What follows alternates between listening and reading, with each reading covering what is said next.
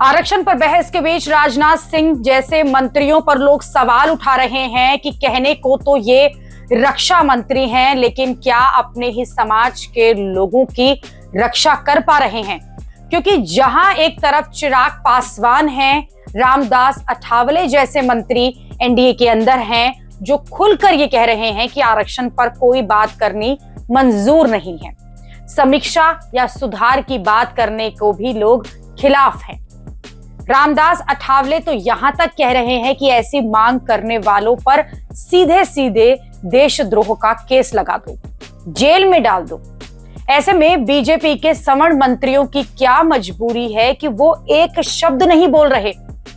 लोग ये कह रहे हैं कि राजनाथ सिंह छोटी हस्ती नहीं है, यूपी के मुख्यमंत्री थे, कई बार के विधायक रहे हैं और वर्तमान में रक्षा मंत्री, पूर्व गृह मंत्री होने के बाद भी इतनी बड़ी चुप्पी।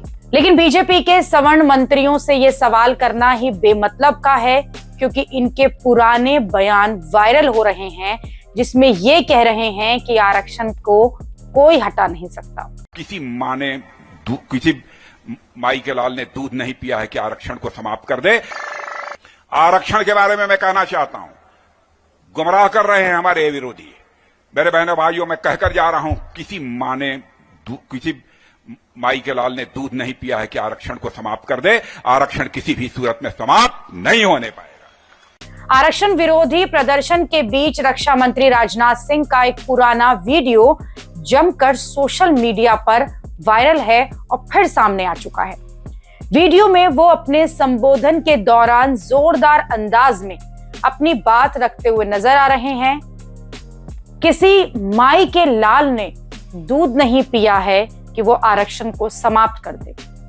उनका ये बयान जो है अब एक बार फिर से चर्चा में है।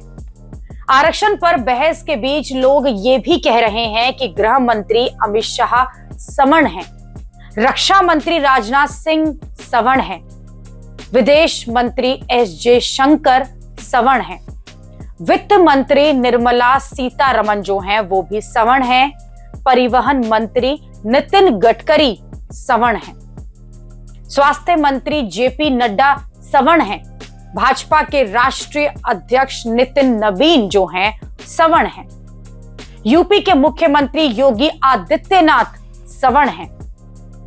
जब भाजपा के इतने बड़े बड़े नेता सवर्ण हैं, तो ये लोग आरक्षण पर अपना बयान क्यों नहीं रखते?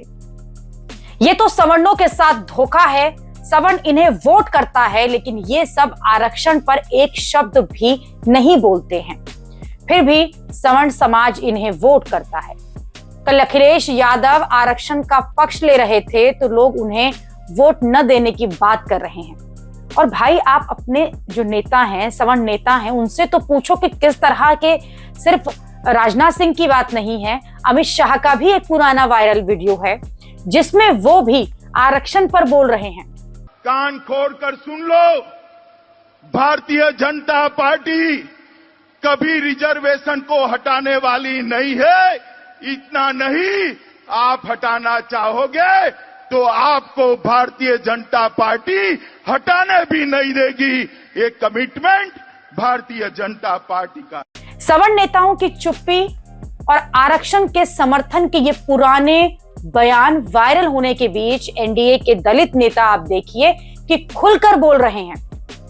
जैसे चिराग पासवान ने बोला और अपना पुराना वीडियो भी डाला जिसमें वो प्रधानमंत्री मोदी के सामने ही आरक्षण की बात कर रहे हैं। आज प्रधानमंत्री जी के इस मंच से प्रधानमंत्री जी के सामने प्रधानमंत्री जी के ही शब्दों को दोहराते हुए आप लोगों को विश्वास दिलाना चाहता हूं कि जब तक हमारे देश के प्रधानमंत्री आदरणीय नरेंद्र मोदी जी हैं, तब तक ना देश में संविधान को कोई खतरा है, ना आरक्षण को कोई खतरा है।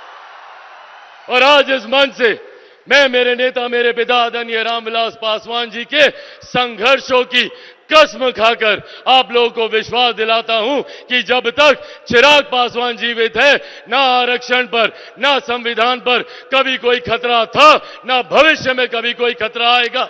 ये वादा आप लोगों से करके जाता हूं। मोदी सरकार में मंत्री रामदास अठावले को ले लो, वो तो एक कदम और आगे चले गए।